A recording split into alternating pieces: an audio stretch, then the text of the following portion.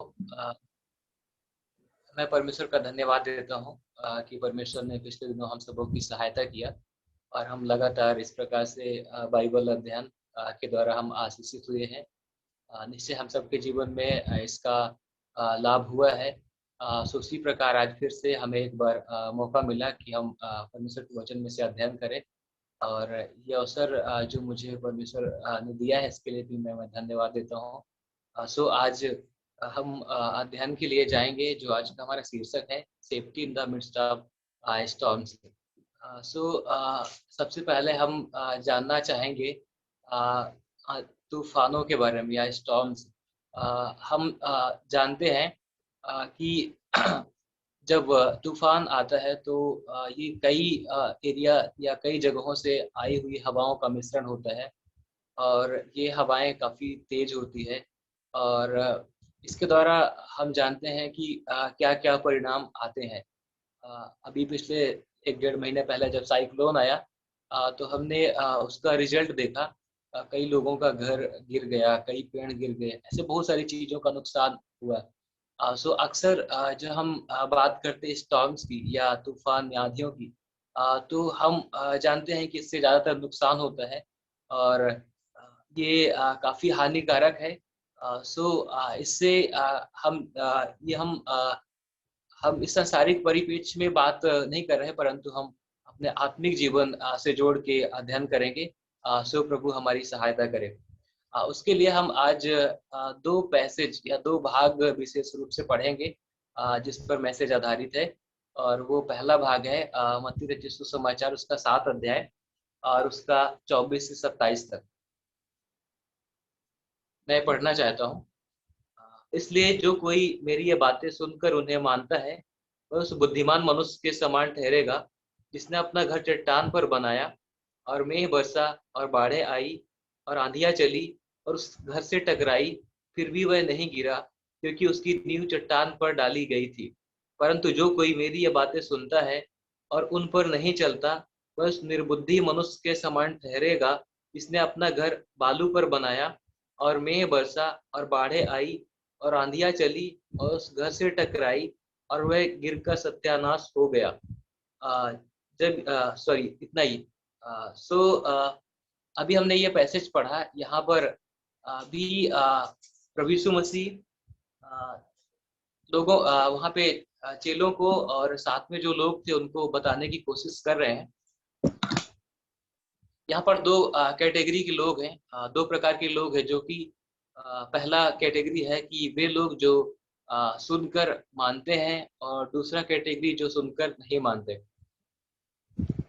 पहली कैटेगरी जो सुनकर मानते हैं उसकी तुलना प्रभु यीशु मसीह ने एक दूसरे व्यक्ति से किया है जिसको बुद्धिमान व्यक्ति भी कहा है।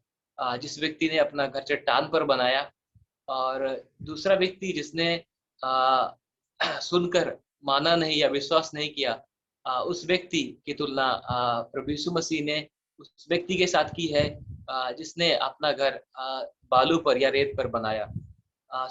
यहाँ पर हम देख सकते हैं प्रभु यीशु मसीह सुनकर मानने वाले को बुद्धिमान व्यक्ति से तुलना किए हैं। यदि हम पुराने नियम में भी देखें और नए नियम में भी देखें, हमें कई बार ऐसा मिलेगा जहाँ पर हम देखते हैं कि परमेश्वर वचन को सुनने वाले और उस पर विश्वास करने वाले या उनकी आज्ञा के अनुसार चलने वालों को परमेश्वर ज़्यादा उनको ज़्यादा प्रोत्साहित किया है और परमेश्वर उनके पक्ष में ज़्यादा रहे हैं। यहाँ पर भी परमेश्वर प्रभु यीशु मसीह 2 टाइप के लोग बताते हैं और हम यहाँ पर देख सकते हैं एक जैसे याकूब की पुस्तक उसका 1 अध्याय पढ़ें, 1 का 22 मैं पढ़ना चाहता हूँ।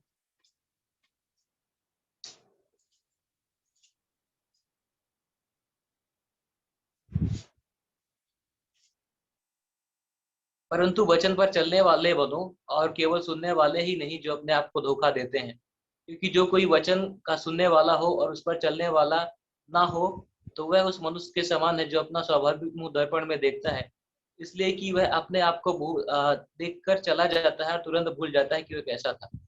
यहाँ पर भी वचन के सुनने वाले बस नहीं, परंतु वचन पर चलने वाले के ऊपर बल दिया गया या पुश किया गया। सो अभी हम यहाँ पर देख रहे हैं परमेश्वर ने उस व्यक्ति को, जो व्यक्ति सुनकर मानता है या विश्वास करता है, उस व्यक्ति को एक बुद्धिमान व्यक्ति के साथ तुलना किया है। अभी हम देखते हैं वो दोनों व्यक्ति जिन्होंने अपना घर बनाया, दोनों अलग अलग स्थानों पे घर बनाया। एक व्यक्ति चट्टान पर अपना घर बनाया, दूसरा व्यक्ति रेत पर अपना घर बनाया। यदि हम बात करें उन दोनों घरों में जो चीजें लगी उन घरों के बनने में या निर्माण होने में लगभग सेम थी। दोनों घरों में ईंटें बराबर लगी होगी, दोनों घरों में सीमेंट बराबर लगा होगा, दोनों घरों में और भी वो आवश्यक चीजें जिससे मिलकर वो घर तैयार होना है बराबर लगा होगा। हर सिर्फ वो ग्राउंड का है, वो स्थान का है जहाँ पर वो घर बनाया जाना है। एक घर चट्टान पे बना है और दूसरा घर रेत पे बना है। और हम यहाँ पे देखते हैं कि जो उनका डिफरेंस है, जो उनमें डिफरेंस है वो केवल नींव में है, फाउंडेशन में है। एक चट्टान पे है और दूसरा बालू पे। और यदि हम देखें चट्टान के बारे में, यदि देखें हम, तो चट्टान का जो प्रॉपर्टी है या उसका गुण है, हम जानते हैं कि चट्टान इमूवेबल होती है, स्टेबल होती है। और उसको हम कहीं मतलब उसमें हम कहीं भी आसानी से खड़े रह सकते हैं। वो कहीं हिलाया नहीं जा सकता। वो एक स्थिर वस्तु होता है जहाँ पर एक व्यक्ति सुरक्षित रूप से खड़ा हो सकता है। और यदि हम बात करें वचन में, तो कई जगह परमेश्वर को चट्टान के रूप में प्रस्तुत किया गया है। वो पद मैं पढ़ना चाहता हूँ, भजन संहिता 18 का 2, Psalm 18:2।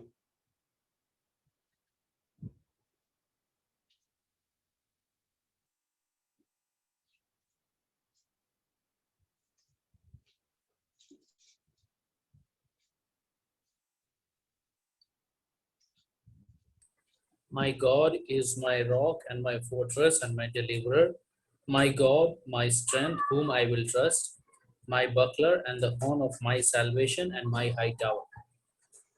यहोवा मेरी चट्टान और मेरा गढ़ और मेरा छुड़ाने वाला है, मेरा ईश्वर मेरी चट्टान है जिसका मैं शरणागत हूँ। वह मेरी ढाल और मेरी मुक्ति का सीन और मेरा ऊंचा गढ़ है। और जो दूसरा रेफरेंस है वो दूसरा समूएल 22:2, 2 समूएल 22:2।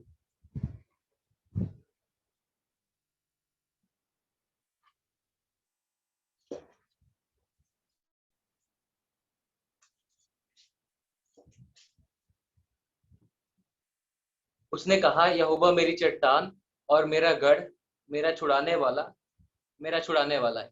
यहाँ पर भी हम देखते हैं दाऊद परमेश्वर को चट्टान या मेरा छुड़ाने वाला कह के संबोधित किया। ऐसा हम यदि देखें तो काउंट करें तो लगभग 50 से ज्यादा बार हमें ऐसे वचन मिलेंगे जहाँ पर परमेश्वर को चट्टान के रूप में संबोधित किया गया है। सो हम देखते हैं वो चट्टान हमारा परमेश्वर है। और हम अभी थोड़ा हम आगे बाद में इसे देखेंगे, परंतु हम थोड़ा बालू के बारे में जानेंगे, रेत के बारे में जानेंगे। रेत की जो प्रॉपर्टी होती है वो मतलब हम उसमें थोड़ा भी हम फोर्स अप्लाई करें तो प्रेशर के कारण दूसरी स्थान पर आसानी से शिफ्ट हो जाती है। वो चट्टान की तरह स्थिर नहीं रहती, चट्टान की तरह एक जगह पर फिक्स नहीं रहती। और हम जैसा कि अभी हम बताए, हमने पढ़ा कि जो रेत पर मकान बना तो वो आंधी तूफान पानी उनका दबाव नहीं सह पाया और उसका नींव मतलब रेत बह जाने के कारण या शिफ्ट हो जाने की वजह से घर गिर गया और नष्ट हो गया। सो ये रेत की प्रॉपर्टीज हैं जो हम अभी जाने हैं। दूसरा चीज, घर बनाने के समय जो महत्वपूर्ण बात है वो उसका फाउंडेशन है। और फाउंडेशन कितना मजबूत है वो निर्भर करता है कि उसका ग्राउंड कितना अच्छा है या जमीन कितनी अच्छी है। और जमीन अच्छी का मतलब कितना ठोस है, और घर कितना अच्छा है वो निर्भर करता है कि उसका नींव कितना अच्छा है, कितना मजबूत है। यदि हम हमें वो चीज याद आता है अभी कोविड से पहले जब खंडाला कैंप में गए थे, तो वहां पे चारों ओर जब हमने देखा वो पठारी एरिया है, चारों तरफ चट्टान से ढका हुआ है, वहां की जमीन काफी ठोस है। जब हम रिटर्न हो रहे थे वापस, तो रास्ते पे काफी ऊंची ऊंची इमारतें बनी हुई थी, जो कि वहां पे उतनी ऊंची इमारतें बनाना इसलिए पॉसिबल है या संभव है क्योंकि वहां की जमीन ठोस है, और वहां पे बनाना असुरक्षित नहीं है जमीन ठोस होने की वजह से। हमेशा घर बनाने में नींव का महत्वपूर्ण स्थान होता है, और नींव कितना अच्छी होगी वो उसके ग्राउंड पर निर्भर करता है, कितना जमीन ठोस है। यदि घर चट्टान पर है या ऐसी ठोस जगह पर है, तो घर उसका ज्यादा स्थिर रहेगा, घर उसका ज्यादा स्थिर रहेगा।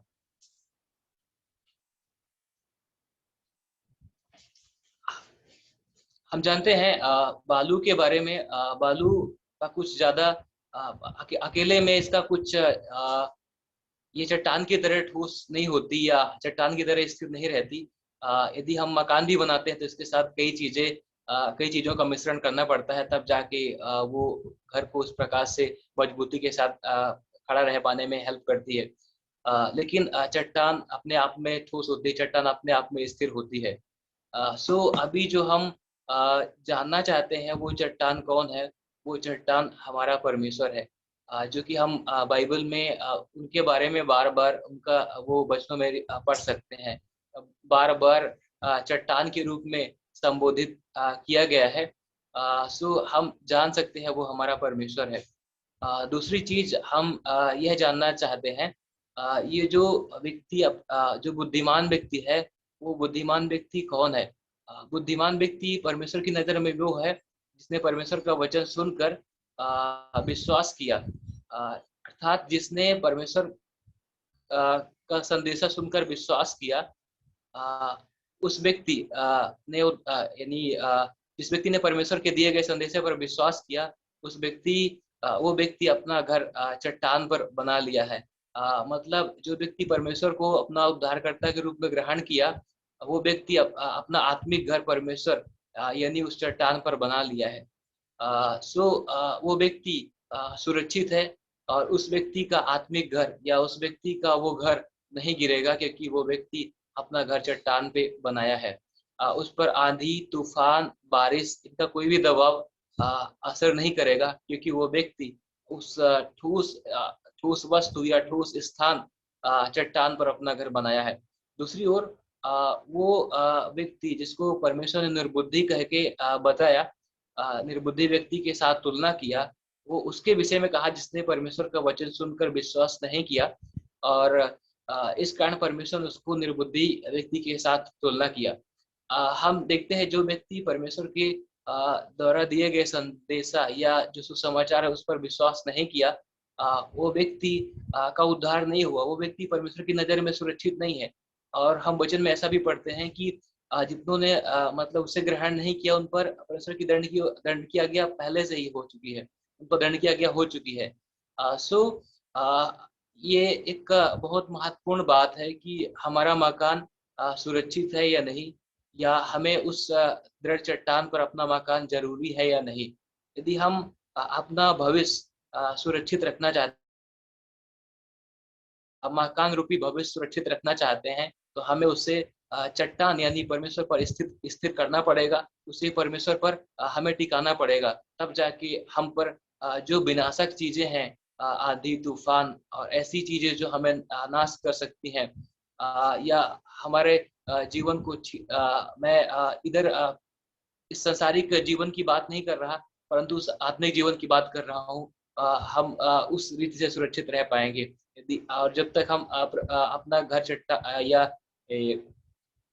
अपना मकान चट्टान पर नहीं बनाए, अपना आत्मिक जीवन प्रभु यीशु मसीह पर हमने नहीं दिया, तब तक हम असुरक्षित हैं, और हमें मतलब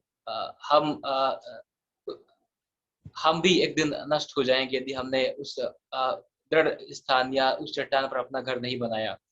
और दूसरा पैसेज मैं पढ़ना चाहता हूँ, वो है मरकुस रचित सुसमाचार, उसका 4 अध्याय 35 से 41 तक। Mark chapter 4 verse 35 to 41.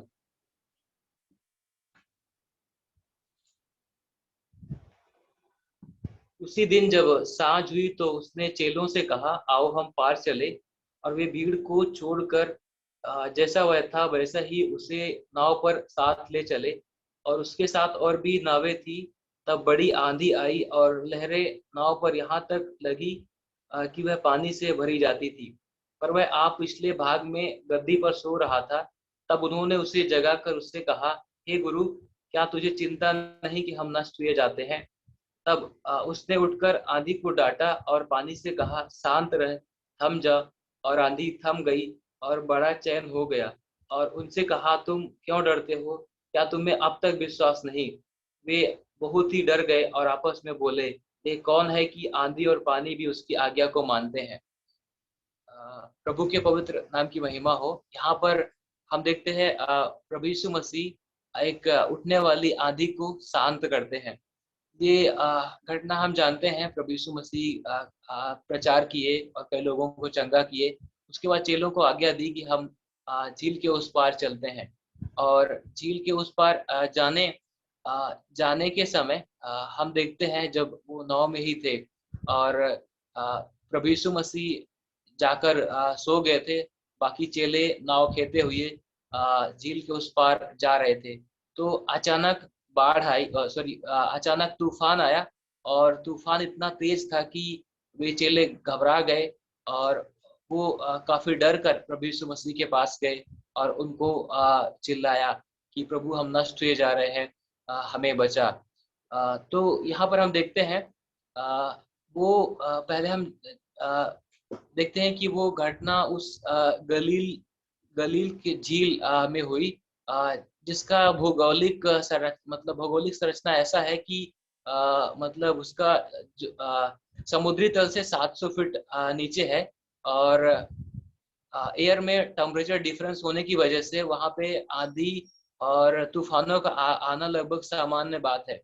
और हम जानते हैं कि जो वहां पे चेले प्रभु यीशु मसीह के साथ थे, वो पहले मछुआरे थे और वो गलील की झील और यहाँ पे मछलियां पकड़ने के लिए अक्सर आया करते थे।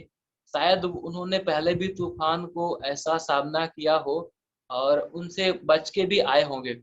तो उनको आइडिया रहा होगा कि हम ऐसे परिस्थिति में कैसे निकल सकते हैं। लेकिन हम देखते हैं कि अब जब इस टाइम पे तूफान आया तो वो चेले भी उससे बच नहीं पाए। उन्होंने अपने हिसाब से ट्राई किया होगा उस नाव को कंट्रोल करने की, उस पर काबू पाने की, लेकिन तूफान इतना ज्यादा था कि वो कंट्रोल नहीं कर पाए। यहाँ पर हम देखते हैं कि उनकी शक्ति वहां पे काम नहीं आई और घबरा गए, डर गए और जाकर प्रभु यीशु मसीह को उठाया कि प्रभु, हम नष्ट हुए जा रहे हैं, हमें बचा। और हम देखते हैं कि फिर प्रभु यीशु मसीह उठते हैं और प्रभु यीशु मसीह आज्ञा देते हैं, उस आंधी को डांटते हैं और आंधी थम जाती है और इस प्रकार सब कुछ शांत हो जाता है। यहाँ पर हम देखते हैं कि जब तूफान आया उस समय चेलों ने प्रभु यीशु मसीह पर विश्वास के आ, आ, करने उनको करना चाहिए था, करने के और उन पर भरोसा रखना चाहिए था, पर उन पर भरोसा रखना चाहिए था। बजाय इसके उन्होंने उससे बढ़कर उन्होंने उस आंधी के कारण अपने अंदर डर लाया। जहाँ पर विश्वास ज्यादा होना चाहिए था वहां पर उनके अंदर डर बहुत ज्यादा आ गया और इसके कारण वो लोग काफी घबरा गए। उन्हें लगा कि हम नाश हो जाएंगे। यहाँ से हम मतलब कुछ मुख्य बिंदु सीख सकते हैं। जब हम अपने विश्वासी जीवन में आगे बढ़ रहे हैं तो हमारे जीवन में भी ऐसी बहुत सारी परीक्षाएं, चुनौतियां आ सकती हैं जहाँ पे हमें लगेगा कि हमने अपना कंट्रोल खो दिया है और हम ये चीजें हमारे नियंत्रण में नहीं है। लेकिन उस समय पर भी हमें परमेश्वर पर विश्वास रखना आवश्यक है, परमेश्वर की प्रभुता पर विश्वास रखना आवश्यक है। यहाँ पर हम देखते हैं प्रभु यीशु मसीह के दो प्रकृति को हम देखते हैं। प्रभु यीशु मसीह को 100% मनुष्य के रूप में और प्रभु यीशु मसीह को 100% परमेश्वर के रूप में प्रचार करने के बाद शायद वहां पे इतना सेवकाई के बाद जब प्रभु यीशु मसीह थक गए, तो उसकी वजह से जब नाव में रेस्ट करने के लिए गए तो उनको इतनी भारी नींद आई कि वो पूरी हम पढ़ते हैं वहां पे कि प्रभु यीशु मसीह गहरी नींद में डूब गए और इतना नींद था कि वो तूफान का झोंका भी उनको नहीं जगाया, परंतु चेले जाके जब उनको उठाया तब जाके उठे। हम देख सकते हैं प्रभु यीशु मसीह को मानव देह में जो एक मनुष्य को जो जरूरी है, थकान के बाद रेस्ट करना जरूरी है, वो प्रभु यीशु मसीह को भी जरूरी था। और प्रभु यीशु मसीह को हमने मानव रूप में उस समय देखा। दूसरी चीज, जब आंधी तेज आई और उसका हम देखते हैं कि नाव पूरी तरह अनियंत्रित हो गई, उस समय पर प्रभु यीशु मसीह को हम परमेश्वर के रूप में देखते हैं। प्रभु यीशु मसीह ने आज्ञा दिया और आंधी थम गई। और ये हम जानते हैं कि जो परमेश्वर ने आदि में परमेश्वर ने आकाश और पृथ्वी की रचना किया और शेष वो सारी सृष्टि को भी बनाया। प्रभु यीशु मसीह जो कि सृष्टिकर्ता परमेश्वर हैं, उनको सृष्टि पर पूरा अधिकार है और सृष्टि उनके अधीन है, उनके नियंत्रण में है और उनकी आज्ञा मानती है। हम जानते हैं आज भी वो सारे ग्रह उपग्रह जो परिक्रमा कर रहे हैं, जो अपनी परिधि पे घूम रहे हैं, वे आज भी जैसा परमेश्वर ने आज्ञा दिया था, वे आज भी उसी संतुलन में, उसी गति में और उसी अक्ष पे घूम रहे हैं, क्योंकि वो परमेश्वर की बनाई हुई सृष्टि है, वो परमेश्वर की आज्ञा अभी भी मानते हैं। सो यहाँ पर जब हम आदि को शांत करते हुए प्रभु यीशु मसीह को देखते हैं तो प्रभु यीशु मसीह को एज अ क्रिएटर देखते हैं, जो कि जिसने सृष्टि को बनाया है, जो कि उस पूरी सृष्टि पर अपना कंट्रोल रखता है, प्रभुता रखता है। सो प्रभु यीशु मसीह को 100% परमेश्वर के रूप में भी हम इधर देख सकते हैं। अगली चीज, हम ऐसी ही एक कहानी है जो कि योना नबी की किताब में है। योना नबी को परमेश्वर ने दर्शन देके उन्हें नीनवे जाने के लिए बोला। नीनवे में जाके लोगों को सुसमाचार बताना, वहां के लोगों को उनके पापों के बारे में बताना है, उनको मन फिराने का संदेश देना है। लेकिन यहाँ पर हम देखते हैं कि योना उसके विपरीत, परमेश्वर की आज्ञा के विपरीत वो तरसीस को जाता है और तरसीस को जाने के समय हम देखते हैं कि वो भी नाव में सोया हुआ होता है। और चूंकि यूना परमेश्वर की आज्ञा के विरोध में था, इसलिए बहुत ज्यादा आंधी आई, बहुत ज्यादा तूफान उठा और उस समुद्र में भी पूरी तरह ऐसा ही माहौल बन गया जैसा कि अभी हमने पिछले अभी जैसा कि हमने पढ़ा प्रभु यीशु मसीह और चेलों के साथ हुआ। सो वैसा ही पूरा वहाँ का माहौल हो गया। और हम देखते हैं कि जो नाव पे लोग थे वो काफी घबरा गए और उन्होंने चिट्ठियां डाली और बाद में हम देखते हैं कि योना के नाम में निकली और योना को पानी में फेंक दिया। जैसे ही पानी में फेंका वैसे ही आंधियां शांत हो गई और पूरी तरह सब कुछ ठीक हो गया और वे लोग जो नाव पे थे वो सुरक्षित बच गए। वहां पर हमने देखा कि योना की वजह से वे नाव के लोग सुरक्षित बच गए। उसी प्रकार प्रभु यीशु मसीह हमारे लिए बलिदान हुआ, सेक्रीफाई हुआ और हम सब लोग बच गए। हम सब लोग बच गए। हमें जानना जरूरी है, चेलों ने परमेश्वर पर विश्वास से पहले उन्होंने भय को चुना, लेकिन हमारे पास अवसर है कि हम भय के ऊपर विश्वास को चुने। परमेश्वर हमारी सहायता करे। हम छोटी छोटी बातों में भी इस बात का निश्चय रख सकते हैं कि परमेश्वर हमारे साथ है। ये सारी चीजें परमेश्वर के नियंत्रण में है। परमेश्वर सारी चीजों को अपने नियंत्रण में रखता है। परमेश्वर हमारी आशा है। परमेश्वर हमारे साथ है और यहाँ तक कि उस आंधी तूफान के बीच में भी परमेश्वर हमारे साथ है। कुछ परमेश्वर के वायदे वाले वचन हैं जो कि मैं पढ़ना चाहता हूँ। प्रभु हमारी सहायता करे। पहला इब्रानियों 13:5।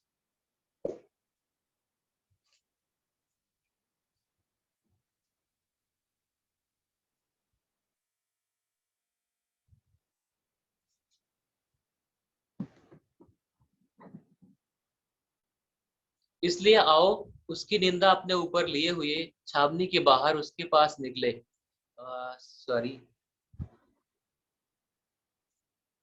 वो वचन में शायद रेफरेंस गलत लिखा, लेकिन उसमें ऐसा लिखा है कि मैं तुझे कभी नहीं छोड़ूंगा, कभी नहीं त्यागूंगा, ऐसा करके उस वचन वो वचन है।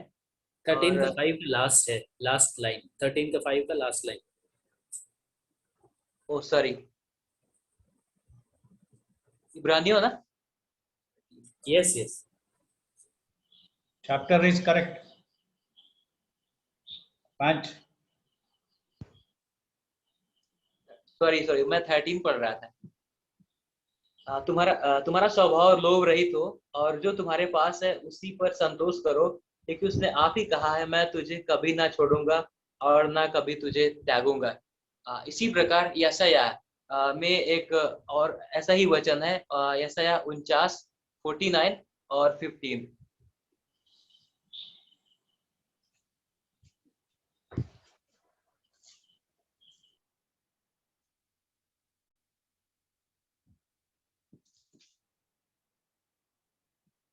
क्या यह हो सकता है कि कोई माता अपने दूध पीते बच्चे को भूल जाए और अपने जन्माए हुए लड़के पर दया ना करे?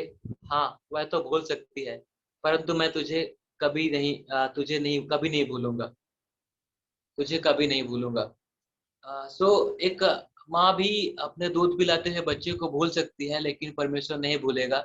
यहाँ पर हम इन दोनों वचनों में देखे हैं कि परमेश्वर हमें नहीं भूलेंगे, परमेश्वर हमारे साथ रहेंगे, यह परमेश्वर का वायदा है। दूसरी चीज हम मत्ती 28 में भी हम पढ़ते हैं कि परमेश्वर ने कहा कि जगत के अंत तक मैं तुम्हारे साथ हूँ। सो ये परमेश्वर का वायदा है जो हमें यह निश्चयता दिलाता है कि हमें डरने की बात नहीं है।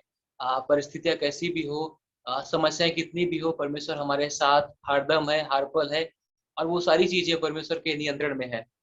अ, एक प्रभु के दास ने ऐसा कहा है कि परमेश्वर ने क्रूस पर हमें इसलिए नहीं खरीदा कि वो हमें आदियों के बीच में त्याग दे। सो ये चीजें हमें काफी काफी मतलब प्रोत्साहित करने वाले हैं कि परमेश्वर हमारे साथ हर पल है। का परमेश्वर के द्वारा जो प्रोटेक्शन है वो हमारे साथ हर पल है। हम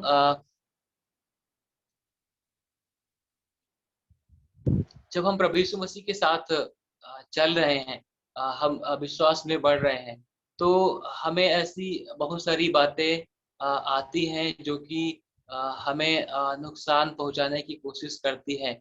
ऐसे झकझोर देने वाली हवाएं या तूफान, या ऐसे बाहर की कोई भी ऐसे असामाजिक तत्व या जो भी है आएंगी, हमें नुकसान पहुंचाने की कोशिश करेंगी। लेकिन हमें ध्यान रखना है कि परमेश्वर हमारे साथ है।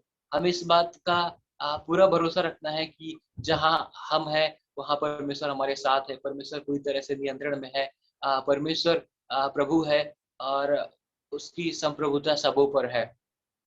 हमें यह जानना जरूरी है कि जब हम अपने विश्वास रूपी नाव में बढ़ रहे हैं तो परमेश्वर हमारे साथ है। उस दृष्टांत में भी हम देखते हैं, सॉरी, वो जब प्रभु यीशु मसीह नाव पे सो रहे थे और चेले साथ में थे, आंधी आया, चेले डर गए, घबरा गए, लेकिन हम देखते हैं कि प्रभु यीशु मसीह शांत थे। वो उनको ये सारी चीजें पहले से ही पता रही होंगी, और फिर भी प्रभु यीशु मसीह शांत थे और उनको किसी उस तूफान और उन सारी चीजों से डर नहीं लगा। और ये चीज हमें ध्यान रखना जरूरी है कि हम अपने इस विश्वास की यात्रा में हम अकेले नहीं हैं। प्रभु यीशु मसीह भी उसी नाव पर हमारे साथ है। यदि नाव डूबेगी तो हम अकेले नहीं डूबेंगी, परमेश्वर प्रभु यीशु मसीह भी हमारे साथ है। इस बात को हमें ध्यान रखना है। और दूसरी चीज, दूसरी चीज यह है कि नाव तो डूबेगी नहीं यदि प्रभु यीशु मसीह हमारे साथ है। सो प्रभु हमारे साथ है, वो परमेश्वर कभी भी अनुमति नहीं देगा कि हम डूब कर नष्ट हो जाए। सो परमेश्वर हम सबकी सहायता करे। परमेश्वर हमें इन वचनों के द्वारा आशीष दे। वचन काफी शॉर्ट था, लेकिन परमेश्वर हम सबकी सहायता करे।